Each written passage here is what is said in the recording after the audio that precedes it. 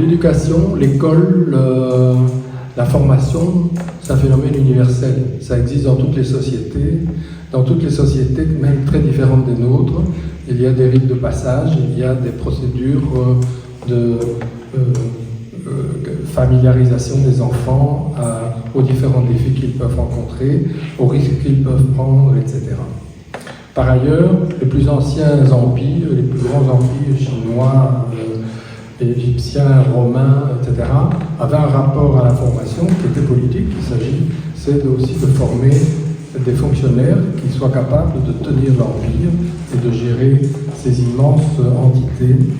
Et donc, à ce titre, la formation était importante. Puis, il y avait la formation sur le tas, qui s'apprenait dans la vie agricole, puis un peu plus tard dans la vie artisanale, où le père, en général, ou quelqu'un de spécialement formé, préparait les nouvelles générations à ce type à perpétuer ce travail. Alors, je ne vais pas vous parler de l'école dans l'univers entier.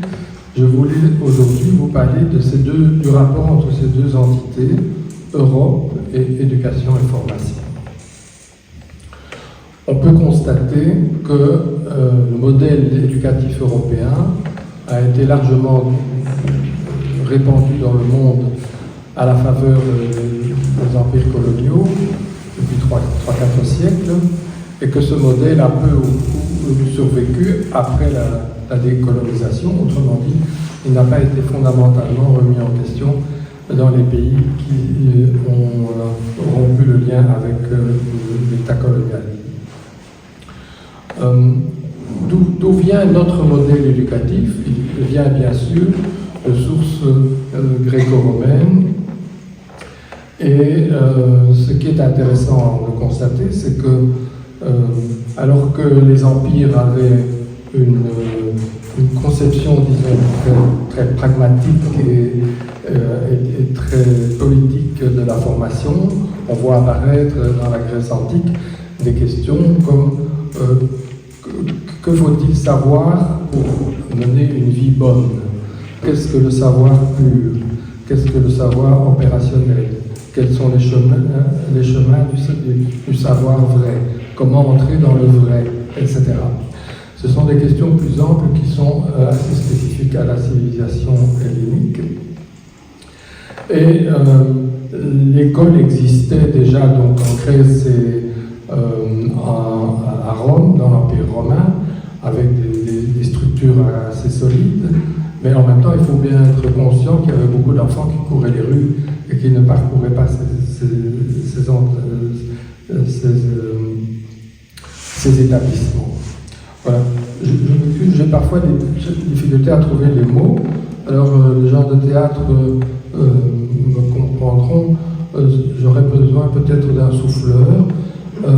Alors, j'ai regardé, et je n'ai pas vu le trou du souffleur ici.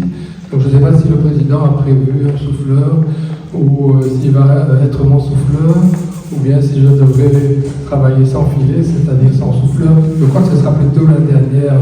Sans filet, c'est prévu comme ça. Oui.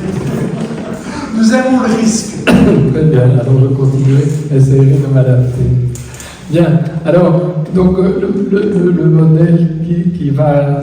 Lorsque le christianisme devient religion d'État à partir du IVe siècle, et alors que dans les écritures évangéliques, il n'y avait pas grand-chose sur l'éducation, on pouvait se demander ce qu'ils allaient inventer comme modèle éducatif. Et ils ont repris, grosso modo, le modèle romain.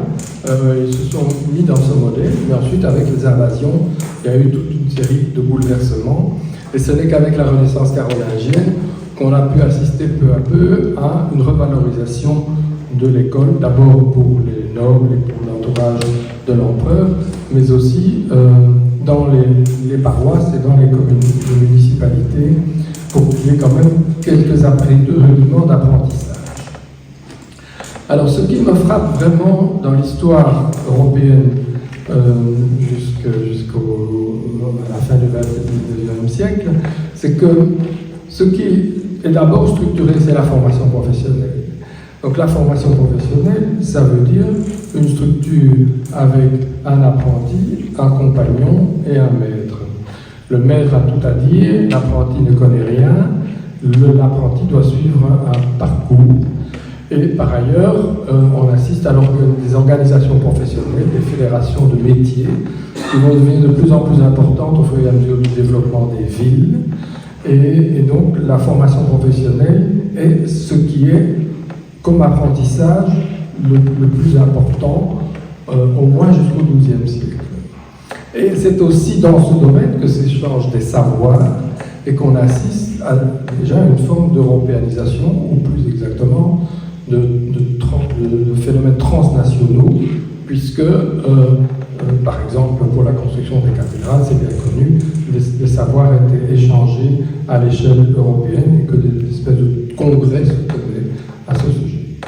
Mais après vont apparaître les universités, qui sont quand même un phénomène européen, même s'il y a eu des universités ailleurs, parce que la vitesse avec laquelle vont se créer les universités à partir du XIIe siècle est assez fascinante. Et elle est créée aussi à partir du modèle de la formation professionnelle, parce que, au fond, on reprend le triptyque d'apprenti qui devient l'étudiant. On a ensuite le compagnon qui devient l'assistant, et puis on a le maître qui s'appelle aussi le maître. Mais l'innovation réelle, c'est qu'on ne va plus travailler sur des objets, comme dans la formation professionnelle, mais on va commencer par travailler sur des concepts. Et c'est alors qu'va apparaître la professionnalisation de la pensée. Auparavant, les moines copistiques recopiaient la tradition, ils recopiaient. Ici, on va procéder autrement. Le maître lit un texte d'un auteur, il essaye d'établir ce qu'était pour lui la pensée de l'auteur. Ensuite, on discute de cette position et on a des débats contradictoires et finalement, on a une sorte de synthèse. Et ce modèle va se répandre donc très rapidement en Europe, et il va porter d'abord sur des disciplines nobles, si vous voulez, la philosophie, la théologie, la médecine, mais d'abord comme science de la nature et science du corps, et on reprendra aussi les arts, la classification des arts latins de l'époque. Le phénomène universitaire était assez lié à des degrés divers au pape et au roi. Et par exemple, la Révolution française va supprimer les universités car elles étaient jugées trop cléricales, mais ensuite Bonaparte va les restaurer. Jusqu'à cette époque-là, les États étaient en cours d'unification. Certains étaient unifiés plus longtemps que d'autres, le Royaume-Uni et la France, mais l'unification des États va aller de pair avec la captation médiatique sur progressivement l'ensemble du système éducatif. Et ça, c'est un phénomène très important parce que l'État va considérer qu'il lui revient de former les enfants d'abord, puis les adolescents et ensuite ultérieurement les plus grands. Et il ne va pas spécialement par priorité s'intéresser à la formation professionnelle qui va vivre sa vie à partir de structures locales, à partir d'entités regroupant les patronats locaux, les communes, etc. Et va s'intéresser à ce qu'on appelle le lycée ou la télé, etc. Et donc finalement, on a abouti à des grands systèmes administratifs d'enseignement qui sont pyramidaux, qui donnent des diplômes, qui ouvrent des carrières à des enseignants, etc., mais qui vont aussi cloisonner la vision du monde selon les frontières des États existants. Bon. Autrement dit, l'histoire nationale et la langue nationale sont enseignées de manière différente que vous soyez dans le pays A et le pays B ou le pays C. Les passerelles entre ces histoires ne sont justement pas à l'ordre du jour, puisque les États ont entre eux des relations extrêmement tendues qui se concrétisent par des guerres récurrentes jusqu'à la Deuxième Guerre mondiale. Il y a bien eu dans l'entre-deux-guerres déjà, avec les ravages de la Première Guerre mondiale, des intellectuels, des penseurs, des poètes qui ont cherché à établir la paix par des rapports transnationaux, intellectuels par exemple, en 1930, Aristide Briand avait un chef de cabinet qui s'appelait Alexis Léger, qui a proposé une fédération européenne qui a été proposée à plusieurs pays à l'époque. Il faut lire ce texte parce qu'il est vraiment prémonitoire et il prévoit déjà des contacts entre les intellectuels, entre les écrivains, entre les universités. Bien sûr, après 1933, les choses dégénèrent et ce genre de projet tombe à l'eau. Je signale quand même que celui qui avait rédigé ça était un poète qui s'appelait en littérature Samuel Percy. Je lis dans la presse aujourd'hui que justement il faut organiser la société, la nôtre, à partir des savants, des ingénieurs et pas des poètes. Il y a maints exemples dans l'histoire européenne où les poètes ont joué un rôle positif par rapport à la gestion des affaires publiques. Je ferme cette parenthèse, mais je trouve ça intéressant. Alors, après la Deuxième Guerre mondiale, il y a un grand congrès qui rassemble des tas de milieux autour de Churchill, des syndicalistes, des politiques, etc. C'est le congrès de La Haye en 1948. C'est un événement d'un grand retentissement et c'est là qu'on va réfléchir à l'organisation future de l'Europe et à la possibilité de stabiliser l'Europe comme continent de paix. Alors, je ne vous ai pas parlé d'éducation, mais dans ce contexte, il y a 3 commissions et une commission qui s'occupe de culture, et notamment qui parle d'éducation, mais ça ne va pas très loin. À l'issue de ce congrès, on crée le Conseil de l'Europe, qui est une assemblée parlementaire, une organisation internationale qui existe toujours, qui est basée à Strasbourg. Il y avait aussi des militants qui voulaient une intégration européenne beaucoup plus forte, beaucoup plus concrète, beaucoup plus fédérale, disons, et qui étaient regroupés autour de Jean Monnet et de quelques autres. Et c'est donc ces 2 branches qui vont chacune se déployer de manière à peu près concomitante. Et c'est ainsi que Robert Schuman lance l'appel de 1950 pour l'organisation de la communauté charbon-acier. Et ensuite qu'on aura le traité de Rome avec un traité économique beaucoup plus vaste en 1957. Alors qu'est-ce que je veux dire avec l'éducation là-dedans? En fait, les pères de l'Europe, comme on les appelle, n'imaginent aucun rôle particulier aux universités dans l'Europe qu'ils veulent construire. Ils veulent se focaliser sur les aspects économiques, industriels, concrets. Pour autant, l'Europe, la vie intellectuelle, si vous voulez, on n'y échappe pas si facilement.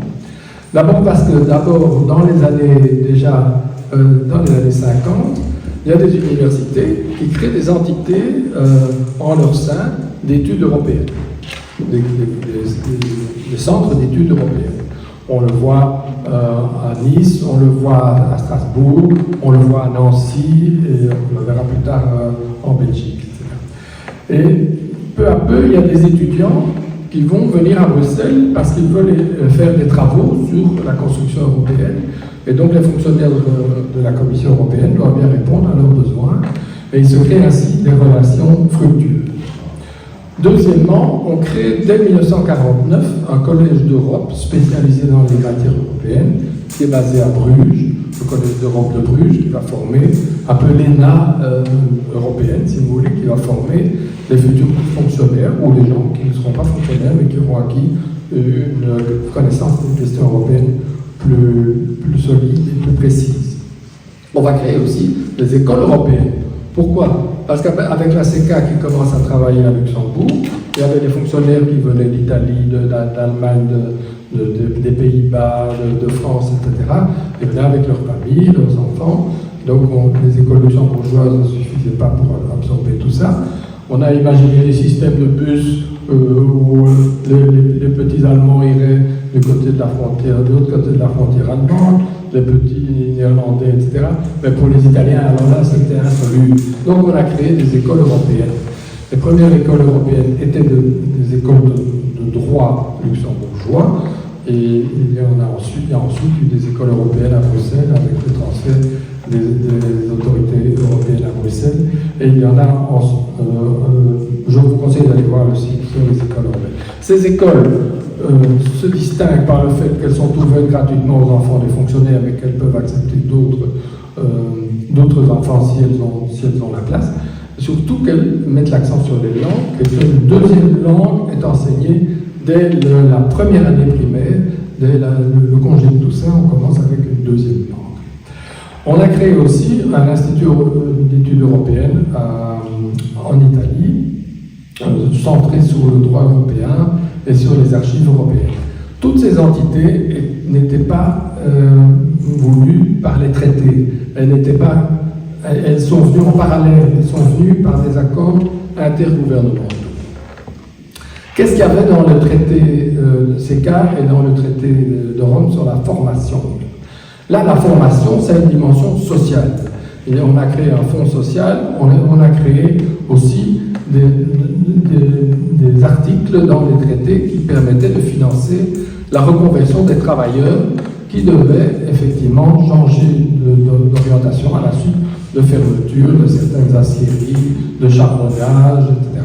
Le mot utilisé était inaudible aujourd'hui, la rééducation des travailleurs. La rééducation des travailleurs, terme qui sent bon le paternalisme et qu'on n'utiliserait plus aujourd'hui. Mais ce qui est important, c'est qu'on a créé un outil important qui est le Fonds social européen, qui finance des tas de projets de reconversion, d'adaptation, etc. Et que dans le traité de Rome, on avait prévu aussi l'élaboration d'une politique de la formation professionnelle, d'une politique de formation professionnelle. Ça, c'était quelque chose de très audacieux. Et sur la base de cet article, on a pu lancer quelques opérations dans la formation professionnelle. Et là encore, la formation professionnelle vient avant le phénomène universitaire, comme champ d'action, comme à l'époque médiévale. Et donc, on favorise la mobilité de jeunes travailleurs. Bon, alors, en gros, que fait l'Europe en général? Elle favorise de la mobilité, elle favorise des contacts transnationaux, elle favorise des gens qui se mettent ensemble, même s'ils sont d'origine nationale différente. Et donc, c'est à partir de là qu'on a créé aussi un centre européen de CEDEFOP sur le développement de la formation professionnelle. Alors maintenant, je vais mettre en circulation mes bouquins. C'est déjà en cours? Ah oui, d'accord. En fait, je pense, je fais une incise, mais je plaide depuis longtemps pour que, lors des présentations de livres, le livre circule parmi les gens. Évidemment, il revient, ça s'appelle retour, mais je trouve que vous avez le droit, en tant qu'auditeur, entendre parler d'un livre, vous avez le droit de palper ce livre pendant qu'on en parle. Et si vous appréciez, si ça ne vous intéresse pas, vous passez directement au suivant. Alors, comment est né Erasmus alors? Qu'est-ce que c'est Erasmus, qui est la plus grande réalisation de l'Union européenne dans le domaine de l'éducation? C'est de dire, au fond, on va essayer non pas d'harmoniser tous les diplômes, toutes les formations, etc., par des voies législatives que refusent les États membres, parce que les États membres étaient très jaloux de leurs compétences sur l'organisation nationale de l'enseignement. Et vous trouverez aussi encore aujourd'hui dans le traité de Lisbonne qu'il est interdit d'harmoniser les législations en ce qui concerne les programmes, les cours, les statuts des professeurs, etc. Donc les compétences européennes sont très limitées. Mais d'un autre côté, une Europe qui ne s'occuperait pas du tout d'éducation, de vie intellectuelle, de vie culturelle, est-ce qu'elle mériterait un statut pertinent? Non. Donc, je pose la question. Alors, l'idée d'ailleurs d'amorcer la pompe et de dire on va lancer on va mettre de l'argent pour donner des bourses à des étudiants qui vont aller étudier une partie de leur formation dans une autre université. Et ça a conduit à des batailles juridiques terribles qui sont décrites dans ce bouquin et qui montrent la ténacité de Jacques Delors et de tous les gens qui travaillaient à l'époque avec lui, mais qui a été finalement approuvé. Un mot sur le système institutionnel de l'Union européenne, je ne suis pas sûr que tout le monde le connaisse sur le bout des doigts. En ce qui concerne les États, on vous a appris Montesquieu, l'exécutif, le législatif, le judiciaire, 3 piliers, plus un 4e pilier, la presse. Ok. Pour penser l'Union européenne, il faut voir un triangle.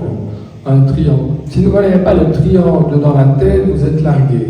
Le triangle, c'est la Commission européenne, le Conseil des ministres nationaux et le Parlement européen. J'espère que vous savez ce que c'est le Parlement européen, puisque vous avez voté certainement tous récemment pour renouveler ce Parlement qui est systématiquement renouvelé tous les 5 ans et qui a été élu au suffrage universel depuis 1979 seulement. Ce triangle, c'est un triangle interactif, interagissant. Ça veut dire que la Commission fait une proposition qu'elle envoie au Conseil des ministres nationaux, qui présentent leur État, et qu'elle envoie au Parlement. Et les deux doivent s'entendre sur le texte conjoint.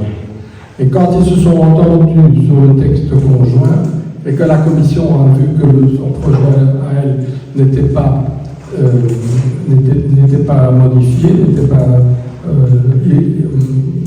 n'était pas trafiqué, disons, là, ça devient un règlement ou une directive, c'est-à-dire une législation obligatoire. On a parlé récemment de la sauvegarde de la diversité de la nature, le type même de texte qui fait l'objet de combats parfois très compliqués entre les institutions. La Commission européenne est en charge de l'intérêt général européen. D'où vient cette idée de Commission européenne qui n'existe nulle part dans le monde? Eh bien, elle vient du bureau du plan en France. Après la guerre, on crée un bureau du plan qui est composé de gens qui sont plutôt des techniciens, mais qui ont une vision politique pour reconstruire la France, et qui sont indépendants et qui ont les savoir-faire techniques pour faire des propositions aux politiciens et pour faire des réalisations concrètes. Donc la culture de la Commission est héritée de cette aventure qui était le bureau du plan, donc Monnet fut président aussi, et qui est devenue une grande administration. Pourquoi une grande administration? Parce qu'elle n'est pas seulement là pour faire des propositions, mais avant de faire des propositions, elle doit sonder tout ce qui se passe dans tous les États membres et dialoguer avec tous les partenaires sociaux, etc. Ensuite, ça va, on décide pour décision selon le schéma triangulaire que j'ai dit, puis ça revient vers la Commission qui est obligée d'exécuter ce qui a été décidé. Qu'il s'agisse de budget, qu'il s'agisse de programme et autre chose. Et donc, ainsi, de la sorte, elle doit continuer à nourrir la mémoire des institutions tout en veillant à ce que le droit soit respecté. Et pour que le droit soit respecté, il existe une épée de Damoclès, c'est la condamnation par la Cour de justice européenne. Et vous lisez de temps en temps dans vos journaux que tel et tel État ou que telle entreprise a été condamnée par la Cour de justice à telle ou telle amende. Alors, je vais maintenant, avant de terminer, vous dire ce qui s'est passé après Erasmus. Erasmus n'a cessé de se développer et a enthousiasmé la jeunesse, mais a aussi été un outil de bougeotte, si je puis dire, pour les enseignants, le personnel administratif des universités, et aussi dans le domaine de la formation professionnelle, où on a rééquilibré les choses en veillant à ce qu'il y ait aussi des Erasmus pour les apprentis et pour les jeunes travailleurs, etc. La population actuelle en Europe qui profite de cette mobilité, à peu près 4% de la population jeune. Ce n'est pas énorme, ce n'est pas considérable. Mais néanmoins, si vous ajoutez tout ce qui se passe d'année en année, on fête régulièrement le million, le 2e million, le 3e million d'étudiants Erasmus. Alors, il existe aussi d'autres réalisations qui ont été faites dans le domaine de l'éducation. C'est le processus de Bologne qui a été lancé en dehors du cadre communautaire. Et puis la politique en faveur de la jeunesse, qui est un domaine qui a été très très défendu depuis les débuts, le dialogue avec la jeunesse. Et on peut constater aussi que c'est un succès pour la Commission parce que les sondages Eurobaromètre démontrent que la population de 18 à 30 ans, disons, est plus europhile que la moyenne des populations de l'Union européenne. Donc, qu'est-ce que j'ai fait avec ces bouquins? C'était un gros livre que l'éditeur a subdivisé en 3.